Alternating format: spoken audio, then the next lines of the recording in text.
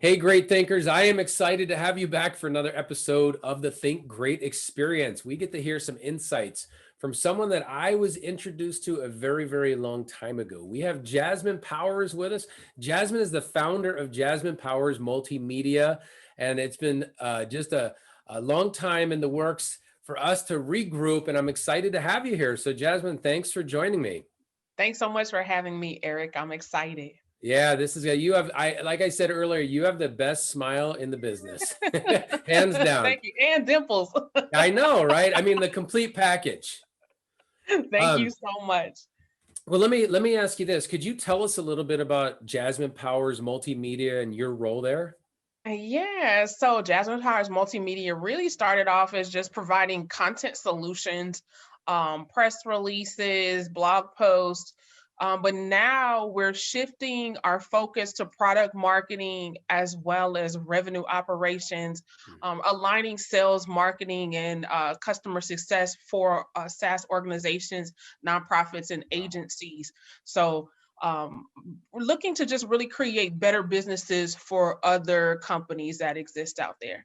Wow, taking other businesses in a whole different direction, right? Yeah, we have a lot of disjointed systems that need to be Well, brought together and consolidated. yeah. I mean, your business has evolved Yeah, significantly, and I'm sure the yeah, pandemic has helped you to think some things and yeah, be a different in more enhanced resource for your clients. absolutely. It definitely has. Initially, I was afraid I was gonna lose my day job, and so I was like, okay, well, I have this thing that I know how to do, so let me go back out here and try to see if I can solve some other people's problems, just to kind of really prepare myself, because we were seeing people lose their jobs, companies, complete industries disrupted by COVID, but really SaaS and more online businesses across the e-commerce and e-learning especially, those businesses continue to thrive. And Yeah. so I've tried to shift my focus since I've already been poised to serve online businesses. Yeah. And you started your business in LA, didn't you? Yeah, so yeah, born and raised there. I started off as a virtual assistant, and doing a little bit of everything that was pretty much, it was valuable, but it was low value. And really started to see that communications is where a lot of companies struggled, as far as regularity and creating content that added value and attracted customers to businesses. And so I started producing blog posts and moderating webinars and doing things along that line, as well as like press releases for people. And now I'm in New Orleans doing revenue operations for SaaS companies and agencies. And look at how big your smile got when you said New Orleans. Yeah, I was just telling, before we started recording and talking about po' boys and daiquiris. It's like I'm getting I'm hungry. still, yeah, I still miss my Los Angeles tacos, but Yeah. now I just traded that in for po' boys and jambalaya. Oh, I'm getting really hungry and thirsty. Speaking of the LA days, you and I connected at least 10 years ago. Mhm. And what's funny is I remember doing an online radio show, which I guess are called podcasts now. But Yeah, way pretty back in much. the day, I was invited to do an online radio show. And I think I was talking about goal setting. Yeah. And the host of the show said, we have a caller, and you called in. Hmm. And can you describe just a little bit of your experience, how we met that first time, and what that interaction was like for you? Right. That was a really interesting time in my life. I felt like things were upside down. I was still trying to figure out life. I was new in business. I had just relocated from New York back to Los Angeles and just felt out of sorts. Very discouraged in business and then overall in life, because when your economics aren't right, when your money isn't right, you just don't feel right. And Right. when I called in, you were discussing goal setting, and you also had shared an experience of kind of how your wife had overcome some different things. And that was so much of an encouragement to me, And then I want to say I won a contest to have like a free coaching session. And it was exactly what I needed to just get some additional focus, and start putting some structure into how to move forward. And so I credit that to being very much more focused on having a plan, as well as focusing on how I could give back and positioning myself within a nonprofit space, because shortly thereafter I began volunteering, or seeking out volunteer opportunities with local Los Angeles nonprofit organizations. Yeah. Those nonprofit organizations introduced me to other opportunities, and increase my consulting. But at the same time, allowed me to get outside of myself and start serving other people, which I think really helped me kind of just get back on track, Yeah. hit the ground running. Well, you and I did about a month of coaching. Mm-hmm. And Mm-hmm. I'll tell you that you did win a contest. It was called the Think Great contest. And when you called in, I could tell that you had the weight of the world on your shoulders. Yeah. And you were just at a point where, we hit those lows sometimes. And Low, very low. yeah, and you Yeah. had mentioned how low you were. And I was talking with Gina, and she was even saying, she goes, this is a lady that she needs a month of coaching. And Yeah. so Yeah.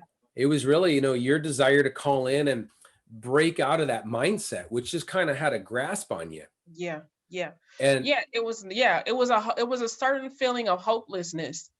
I remember sharing with you that at that time I was struggling taking a shower every day. And one of my coaching activities was like, at least get out of the bed that's and right. take a shower every day. Like if you do nothing else, at least do that. And those little small Yeah. incremental goals amounted to so much over time. Cause Yeah. like once now I'm in the shower, now I'm dressed, now I can go and cook something. Okay, now that I've cooked, now I can go and make at least one phone call for my business. But it really was very helpful, and it wasn't far. The goals weren't beyond my reach. They were Right. attainable, but they also were hugely impactful. Sometimes we just need those little steps, I think, that Hmm. especially right now, the pandemic, I would say that, feelings of depression, sadness, anxiety, helplessness, I would say that those are probably at all-time highs All as a time high. society, right? Yeah, And it's definitely. amazing how those little goals, because I remember when we first started coaching, that's what you were saying. You're just having trouble getting out of bed, which, when the weight of the world is on you, it just pushes you down. Hmm. But I remember you taking those steps, and it was so inspiring to experience that. And then after that month, I just saw all these little success stories, right, through your social Hmm. media posts, and your smile kept getting bigger online. But you kind of had to take care of yourself for a second. First, yeah. And now look at all the great work you're doing for people in the community. I mean, Yeah. that kind of gets you really fired up, juiced Get you. up, and gives you purpose. Yeah, definitely gives you purpose. I mean, I also credit not just, working with nonprofits, but I think also I was like at a spiritual low. Mm, And that needed to be dealt with. That needed yeah, to be recentered. And so just focusing more on Bible reading and ministry, and being able to serve in that way on a spiritual sense, what was also helpful in my recovery. In reality, depression and anxiety are things that you live with. So you have your highs and lows. And so right now, I would say that I'm much better than before, but I still deal with some of those sure. same feelings. But having some tools to help you get through it, and really always focusing on these small little incremental things that I can do this day just to get me to the next step is what's keeping me going, and hopefully something that people who are also experiencing the pandemic, the political upheaval, cold weather in Texas, like craziness that we've never seen before. Right. Like these little things that we can do to just try to not give up. Well, and we're experiencing it. We have different businesses, but we still work with our clients. Right. And it's not business as usual anymore. Not Sometimes you probably feel like you're a therapist, right? They have to be able to talk to you and share. They're Yeah, sharing more very now about deep. what's on their mind than ever before. Yeah, yeah, definitely. I think that consulting has a therapeutic aspect to it because a lot of the fears and anxieties people have as entrepreneurs are based in fear and Yeah. past experiences that were traumatic, and having some clarity around how to approach things could be all that they need to kind of lift them up out of that hopeless or depressed situation, and really set them on the right trajectory. But I definitely feel like there's been a lot of panic Yeah. in businesses as of late. And so helping them to know that certain systems can kind of alleviate some of the burdens that you're carrying around as an entrepreneur, simplifying things, simplifying expenses, because money is always tight. Or especially if you're a fairly new business, fairly new startup, you're thinking about revenue and increasing that. So simplifying systems. So I have had to be able to cover not just the practical steps of running a business and improving operations, but really also addressing the emotions that come behind those broken systems in this time of craziness. Yeah. Yeah. I mean, let me ask you this. I do have to ask you one thing about your website. So there's a section on there that says that you partner with your clients and Mm-hmm. you make products stickier. Mm-hmm. Can you explain to us how you make products stickier? I think that's the best line I've heard in a Sticky. long time. Because if I Right. have products, I want my products to be sticky. Yeah, you want your products to be sticky. I think sometimes people think of things as like these transactional, like I'm offering a press release service, I push out the press release, then it's done. But I think thinking through the whole like the whole person and what they may need, what are additional services that you can offer within the body of this thing that you deliver. Is there copy that you need to include on your platform, or certain features that you need to build within your platform that makes people keep coming back? Are there emails that you can send on a regular basis that make me want to engage your services Mhm. even more? And part of that is done through copy, but I think a lot of it is also has to do with like product management, and product management from the standpoint of making, like, say for example, with e-commerce platform, not e-commerce, educational platform, don't just do a webinar or monthly training. What are your weekly programming? What Yeah. are the deliverables, like your PDF downloads, that make me want to log into your platform and keep coming back instead of me thinking about it one Mm. time or once a month and creating churn? So it's really just continuing to add value within the framework of an existing business. And you can do that by additional copy, additional features, uh, and additional ways that in creating community around what you do. Well, and especially right now. I mean, Mhm. with everybody, I think the whole buying cycle has shifted for a lot of people with the pandemic, right? I Oh think yeah, for sure. there's directions we were all headed in with virtual or online shopping that Right. we were going down that pathway, and the pandemic just pushed the throttle forward, and we were all Absolutely. in. Yeah, So, absolutely. you're probably explaining some things to your clients that they may have thought about here, but for some of them, they have to go that direction now.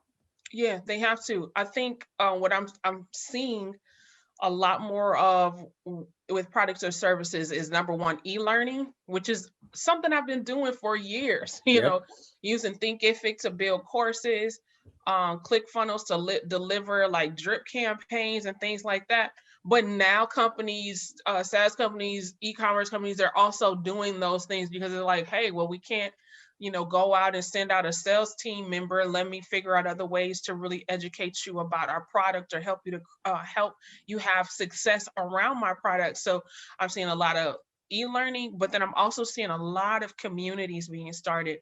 I just joined a sales hacker community today. Sales hacker has always been around and has always been, like a thought leader in sales, but you're seeing these Slack communities pop up, Rev Genius, Revenue Collective, any number of things around sales. Those are some of the sales and marketing ones that come top of mind. But just about every company that I'm thinking about in the tech space are starting to think about either building communities outside of just like social media, and they're thinking about online education because that is, they need to find more creative ways Yeah, outside of conferences, outside of sending out sales reps lunch meetings, to keep people engaged, to meet new people, and to that's generate right. leads. I mean, networking these days is taken on a whole different flavor. Right. But I think you hit down on a huge word. Well, we're all social distance, Yeah. and so we've been told to stay apart. And Hmm. so I'm going to guess that community is probably one of the big buzzwords right now. Absolutely. So that we can feel like we're a part of something again. I Hmm. think we're Hmm. missing that. Yeah. I mean, That's we why just Clubhouse, that's why Clubhouse is amazing.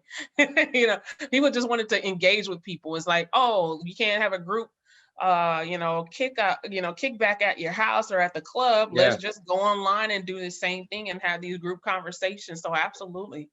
It's interesting when the pandemic first broke out, we had so many clients that they went remote fast Right. and did a great job of it. And they even said to me, I think we'll stay remote. It's Hmm. working well. Hmm. And now those same clients are saying, I can't wait to get everybody back together because everybody has virtual fatigue. So, Yeah. all these new phrases have come out since COVID, right? That, Yeah. we Pandemic fatigue, yeah, virtual Zoom fatigue. All of it is that we're tired. we were just tired. I know.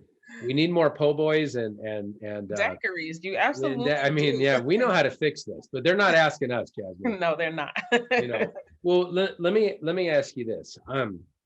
I know for you, when asked, what trait is important to you, having faith Hmm. has come up. Yeah, How definitely. important has that been through your journey to be able to continually go back to having faith? Right. So to me, faith is the foundation.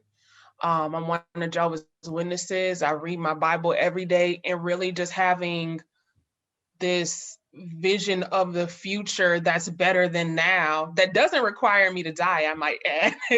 Just like a world, a better earth. That lets me know that although right now things are really hard, they will get better. And so I can't say, this is tough, so I give up. I can never see it getting better.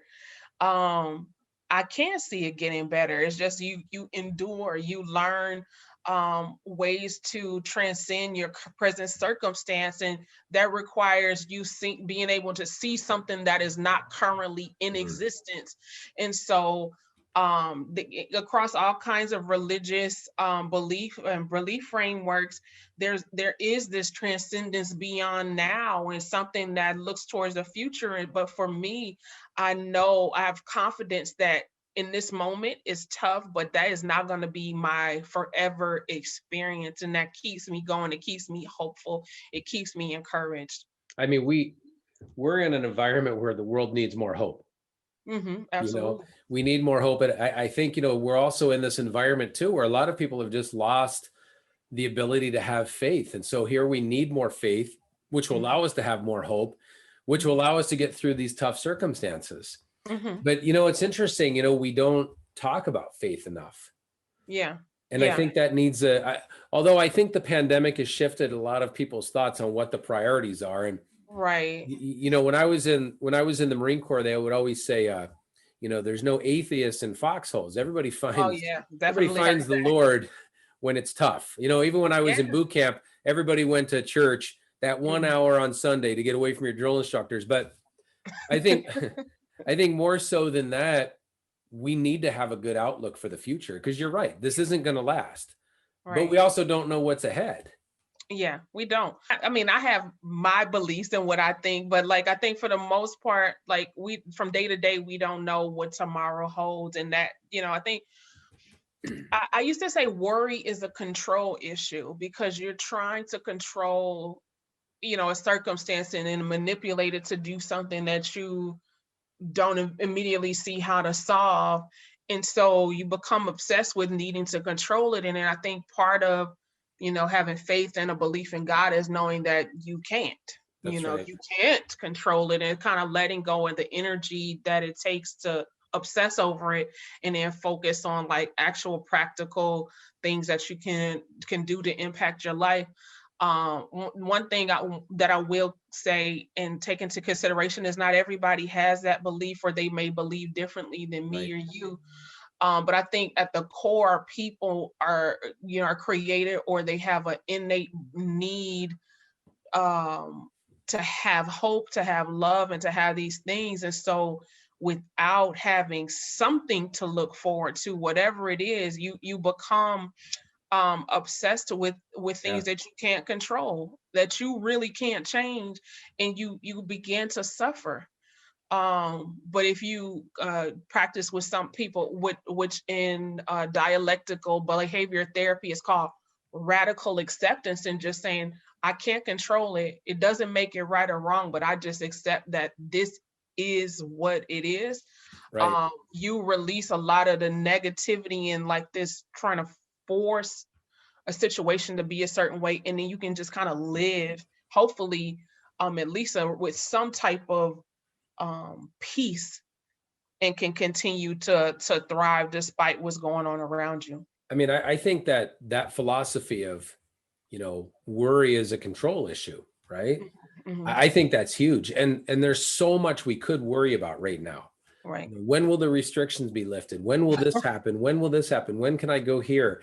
We're just not in control of that. Right. And I think that's a powerful tool for people to just allow themselves to let go a little bit. We can't control it all. I say in my company name is Think Great. So I always believe that we can control our thoughts and we can control our actions. And that's pretty much it. You can't control other people, not in a legal way, or a moral way, but we can control ourselves and what we do. And we got to start up here with this thought process. And, I think that's what I was even hearing earlier too, is you have that belief that even though today is challenging, it won't stay that way. And I feel that more people need to embrace that. Right. Especially, I think, go ahead.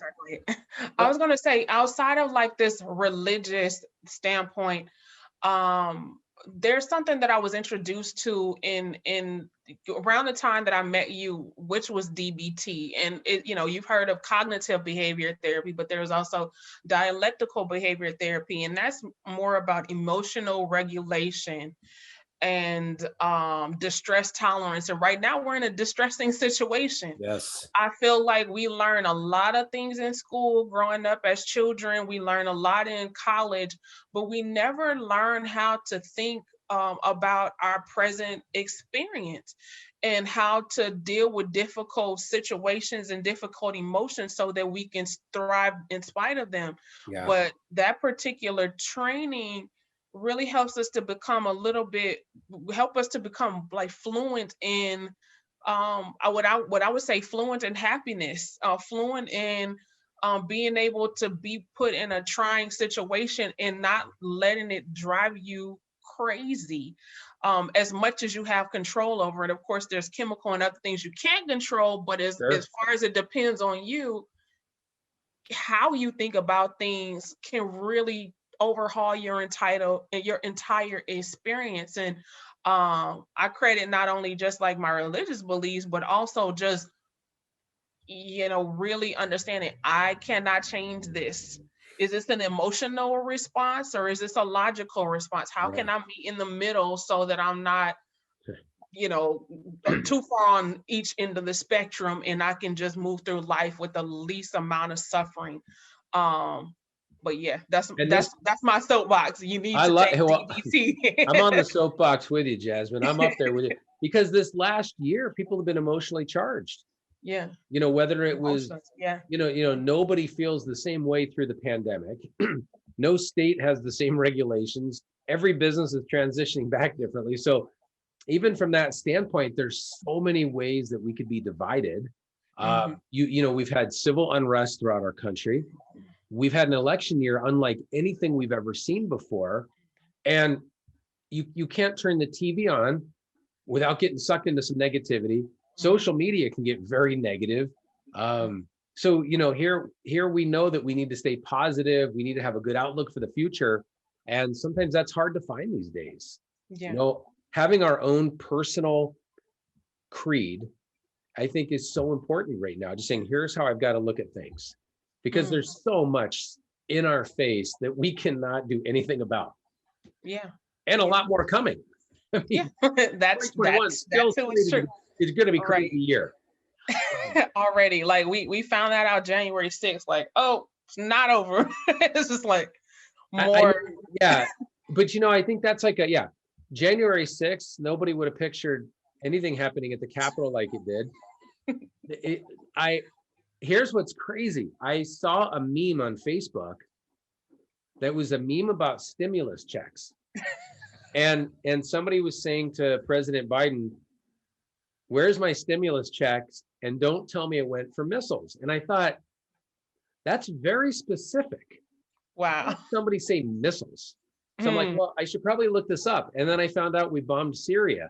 And I thought, how am I finding out about this stuff through a meme on Facebook? A meme on Facebook. Yeah, look, that's insane. So this year has, everybody was so excited for 2020 to be over. But really, it's just another day, another year. And we're still going to have challenges. Yeah. And again, I think that many of them we just don't have any resolve in. There's nothing that we could do, but personally, there's a lot we could do for ourselves and probably those around us. Now, I'm a big fan of mottos and phrases and cliches, and I got to ask you about this one. I love this one. Your cliche is a closed mouth don't get fed. Yeah. So you gotta tell me a little bit more about that one, because that one just kind of pulls you in, begging to want to know more. Yeah. So at first, I have to shout out my beauty school instructor, Douglas Daniels. He used to tell us that. I was about 19 years old when I first heard it. But what that means to me is you have to speak up. You can't be afraid to say, as an entrepreneur, these are my prices, or this is what I do. That's right. From a standpoint of like emotional in relationships, this is what I need. This is what I am missing. Being able to advocate for yourself. But then also, like, you have desires. Maybe if you want to get paid more, or you want to, do something, you need to be able to articulate why. So you can't just passively move through life. You need to speak up and let your needs be heard, and not assume that people just know what you do or know what you need. You have to advocate for yourself. I mean, I think it took a lot of courage for you to call into the online radio form, now known as podcast shows, maybe 11 years ago when I was doing my show with that host. It took a lot of courage for you to call in, say what you need, and also to be transparent about some of the things you were going through. So I get it. A closed mouth don't get fed. I like that. Yeah. I mean, really, if you close your mouth, you're not getting fed. No, you're not. So let me ask you, you have said so many amazing things already today, so many great gold nuggets people could take with them. But when asked about your moments of greatness, a lot of people will chime in on the successes they've had that are more these accomplishments over here. Whereas when asked, your form of greatness was overcoming depression and anxiety. And I think there's a lot of people that could relate to that right now. Right. When you say overcoming depression, anxiety, tell me a little bit about that experience, that moment of greatness and what that did for you. How did you get there? Because depression and anxiety they're not small things to deal with.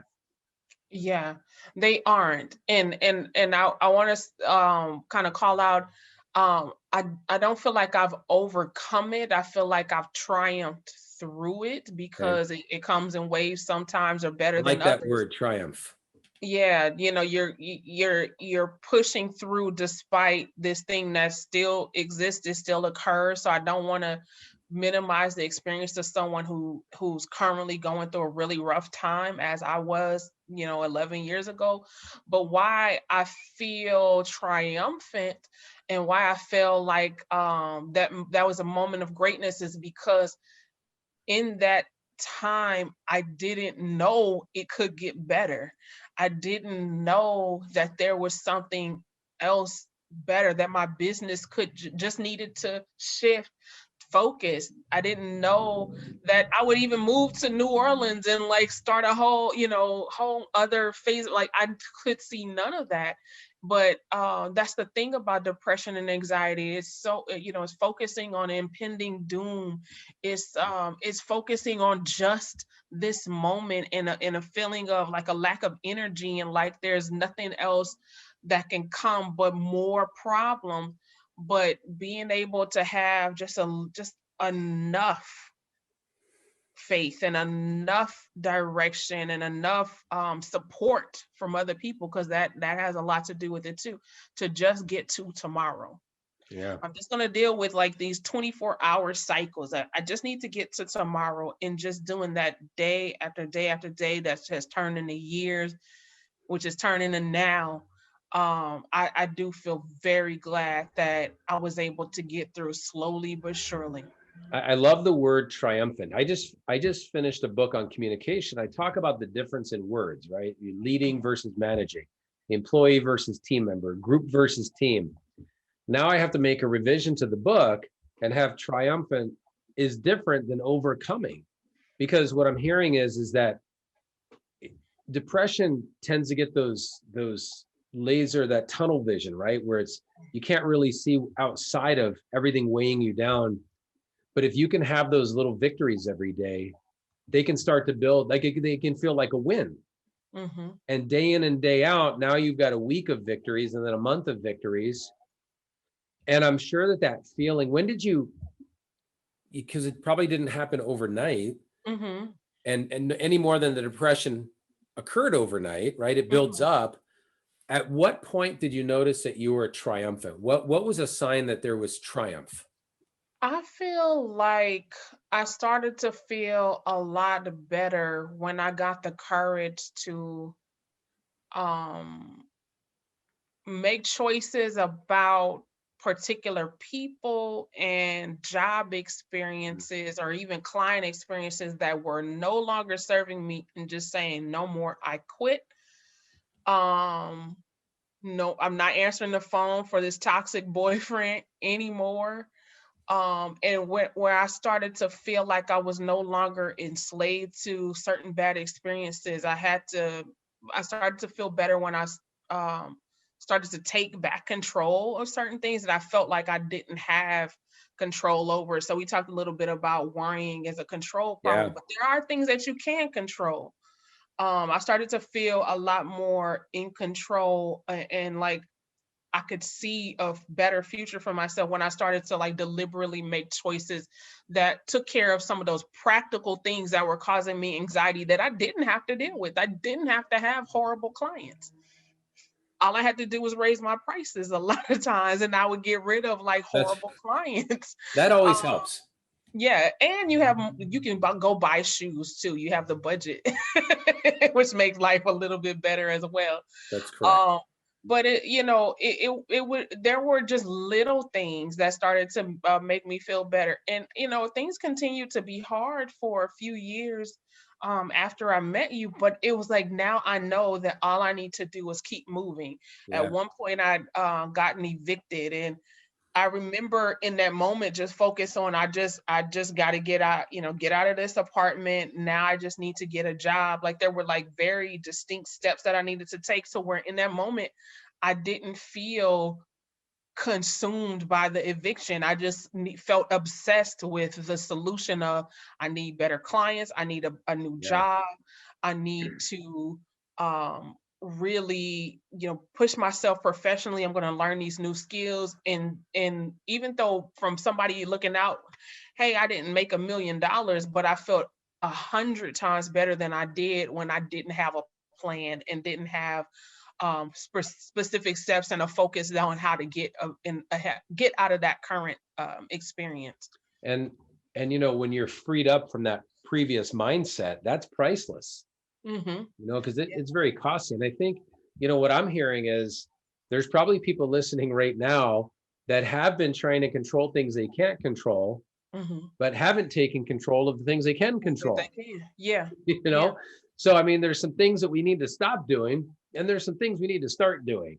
Right. And I mean, you have triumphed over, triumphed over depression, triumphed over anxiety. You've triumphed over clients that may not have served you, also Mhm. an eviction. So there's times where just sometimes it feels like it, when it rains, it pours. It just keeps Mhm. coming down.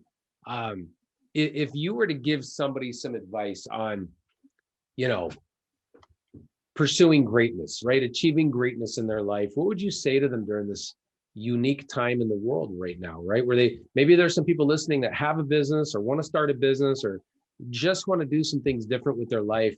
What advice could you give to them? Um, hmm. It I feel like if you want to achieve greatness just for yourself, you have to have a level of self-awareness. I also feel like you have to have a really clear goal in mind and a relentless desire to achieve it because and then like knowing it's going to be hard, but knowing that still, although it's hard, I am equipped and prepared to still achieve that.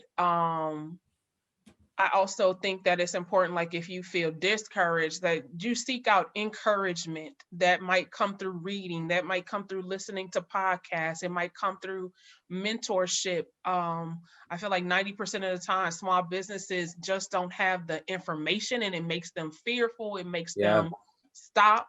But just, reach out to someone who's, gotten them further ahead than you have. I remember reading Kim Levine's Mommy Millionaire in the middle of a deep bout with depression, and just knowing that, okay, this millionaire, this multimillionaire had a moment in time where cash flow was a problem, but Yeah. it didn't stop her business. Oh, so this is not abnormal. This is supposed to happen. I can fix it. All I need to do is get more cash, which means I need to do more selling. I think that to really achieve greatness, sometimes like just remain educated, that usually can push you forward where you might feel ambiguity in how to do things. Just get a mentor, score. SBA has a ton of resources. Pulling on Erik or my shoulder if you need it. That's right. You can achieve greatness. Don't go it alone for sure. I think that's huge. I mean, everything that you've been saying, it kind of goes back to tapping into the successes and failures of others, Hmm. but getting guidance and mentorship and coaching. How Hmm. important has that been for you? Even though maybe you start your business, you kind of started alone, you kind of started on your own, but you never feel completely alone because you're surrounding yourself with people that can help guide you. I mean, that's got to be critical for these levels of greatness, right? Yeah, I think it's important to expand your personal network by like leveraging the free tools we have available. Social media is amazing as far as connecting you to people and resources that are supportive. I've joined quite a few entrepreneurial communities. Slack is awesome. Like these Slack communities, but depending on your industry, there typically is at least one or two that you can join. Hmm. um but I think also when you talked earlier about like coaching, I think people are afraid of coaching usually because of cost. It's cost prohibitive at times. Yep. If they're I would just say vet your people if you're going to get a coach. Yeah. So I'm not going to say that there are not unscrupulous people, or that maybe the coach you're seeking may not be right for your business in this moment. So I just say vet your people, but you have to recognize that there is somebody who's done it and has been successful. And so it may be worth the investment to um, fast forward through mistakes that could be avoidable, Sure. and speaking to someone who has done it and has done it well and who can help you. So don't be so afraid to spend your money on it, a consultant or coach who really is going to provide real impact for your life and business. And that coaching side, as a coach, I Hmm. feel that when the coach and the coachee and the coaching relationship really jive up, it's powerful. But you have to Yeah. find that right fit for yourself. Yeah, I think people sometimes are not clear on their goals and what they want out of a coach, and they go into a situation and just like, oh, she says she's a coach, and just throw money at like a marketing coach when maybe marketing isn't it. Yeah. Maybe is that you needed to go back to your product. And so you're saying a marketing, well, the marketing coach didn't work. And it's like, well, she can't change your product per se. You need to do this, That's right. or even a mindset coach. Some have been better than others in my experience, but I think really knowing yourself, what you want, and then having that conversation when you're doing discovery, how have they been able to transform others, or Yeah. what are some key things that that you are deriving from their website that sound like they are going to help you in your situation at this time achieve the goals that you ultimately want. So I think it goes both ways. It's not just that there are, some crappy coaches, but you also have to be a really good consumer, Yeah. and do your research and have really good conversations to match you with the right person who can create the transformation that you ultimately Right. need. Because it should be a transformation. Yeah, You're it not should. getting a coach to stay the same. Yeah, absolutely. I You mean, I want to asked that. come out differently. That's right. I have a profile I send out, and I ask different questions on goals, but at the end I said, what do you expect from a coach? Yeah. What do you If I want? don't know what you're expecting, I can't deliver as Yeah, well. absolutely not. It's awesome that you have that. Um, a good coach will be able to do good discovery. I feel like they know Yeah. how to deliver the best transformation. So they're going to be asking you questions.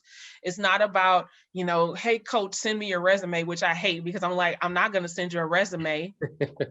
What I did 10 years ago at the Piggly Wiggly has nothing to do with what I do now.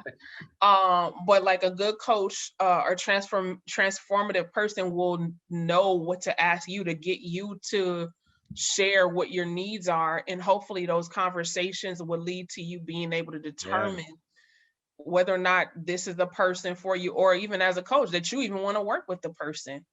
I mean, So I think the world needs more transformation right now. yeah, it does. We need more people helping other people transform. Well, let me ask you this. I know that giving back to the community is important to you. And Yeah. I feel it's important for us to, Think Great. We have our own foundation, and we award scholarships to military spouses just as a way to say, hey, thanks for all your sacrifices. But we also try and do things in our community. How important is community to you, to give back to the community? Yeah, it to me is important. It's vital because you if you remember where you were, and that you couldn't have gotten there without the support of someone, or some group of people, it compels you to go and try to give somebody else a hand up. And so Yeah. it's a part of like my core being. I've always been a volunteer Bible teacher, but from the standpoint of a like a entrepreneurial give back. I mean, New Orleans has obviously underwent Katrina. As a group of people, Black people in the communities that they live in have been underrepresented and underfunded, and so a lot of things that could help them to be successful we just don't have access to. And some of that could be as simple as like, I don't have $10,000 to pay for a web developer. And so since that's a skill that I have, I can go and teach somebody how to build a Wix website so that they can be online and not Yeah. have to just sell products, through through what do you call those? Like these, not yard sales, but like these farmer markets that can Yeah. get to also be very expensive. Like just helping them to be online, helping them to understand marketing and branding. Marketing and branding can be very expensive. $20,000 brand identity packages. Yeah. If you're poor and living in a house with, you know, 5 other people and it's 2 bedrooms, you're not going to prioritize those types of things. That's So right. it's important to me to be able to provide tools and resources, and even like teaching people how to use those Yeah. available tools and resources to really position themselves in their businesses online, and hopefully that they can compete in this market and level the playing field.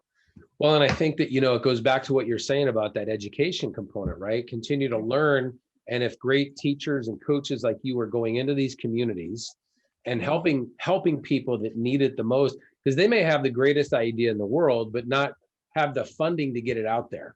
Right. And I think that sometimes those are the best victories, right? When you can help somebody that they were just so close, they just needed that helping hand. I don't know, Right. for me, that's part of what drives me. Yeah. Because a lot of times, because it's not like there aren't programs and there aren't things to help people, but like if you don't have a computer to go apply for the SBA loan, or you don't have the the business acumen to know how to navigate, or you don't Right. know anything about Duns and Bradstreet and setting that up so that you can, who's going to help you? Right. Especially at that's going to be free. Of course there's books, but if you don't know where to look, there's just so many things that I have learned in my work and volunteering that I said there's gaps here. And Yeah. I have the skills. Why not? And maybe there's ways, Jasmine, we'll continue to connect long after this podcast, but maybe there's ways we could team up and make an impact with the New Yeah, Orleans community. I'm I would down. love that. That would I'm also down. force me to come back out there Yeah, and and get eat your all po' that boy great and food. Zachary. I mean, right. I'm already trying to map out when I can travel out there, but I love to be a part of projects like that. So we'll have to put our heads together and figure out ways to help people, because that's what gets me fired up. Yeah, So absolutely. let me ask you this: a typical client for you, an ideal client is who? Who do you, the good ones that you look for, not the The crappy good ones? one, like the really Yeah, but the awesome good one. ones. Like, Who are yeah, you looking for? yeah, I'm really looking for, primarily a SaaS company or a digital marketing agency that's grossing over 10 million, that is able to or who might have like marketing systems. They already have like a CRM, but they really don't have a real grasp of their metrics. They really don't have a channel partner program. They don't know how to unleash their community as advocates and salespeople to help them Yeah. increase their revenue. That's who I love. And I also, those people need content to help drive their marketing as channel partner programs. So that is who I ultimately am aiming to serve. And based on our virtual world, you can work with anybody, anywhere. Anybody, anywhere. Yeah, So, absolutely. so what's in store for you? What's in store for Jasmine Powers Multimedia in the future? What goals do you have that you can share with us? Yeah, so some of my goals include like launching my hip hop and rev ops podcast and clubhouse channel, really kind of diversifying the voices of those in sales sales marketing and customer success, as well as really increasing my client load. I want to get back out there and produce events. Hopefully, well, I can definitely do them online, but hopefully at some point I can get Right. back out and produce an actual conference. So there's so much in store for Well, we may Jasmine have to Powers team up on that too, because I want to speak at actual conferences again. Oh, well, hey, Yeah, look, say no more. Say no so more. we've got a lot of areas to tag team. Yeah, Well, let me absolutely. ask you this. I know that you are making a significant impact with our listeners. I know people are getting takeaways, gold nuggets, all kinds of amazing things from you. If somebody wants to reach out, how do they find you? What's the best way to find you? Yeah, the best way to reach out to me is at jasminepowers.com. That's the website. And then I'm on LinkedIn at linkedin.com/n/Jasmine Powers. And you'll see the beautiful smile. And the And dimples, you'll know right? it's me. And the dimples, and you'll know it's me.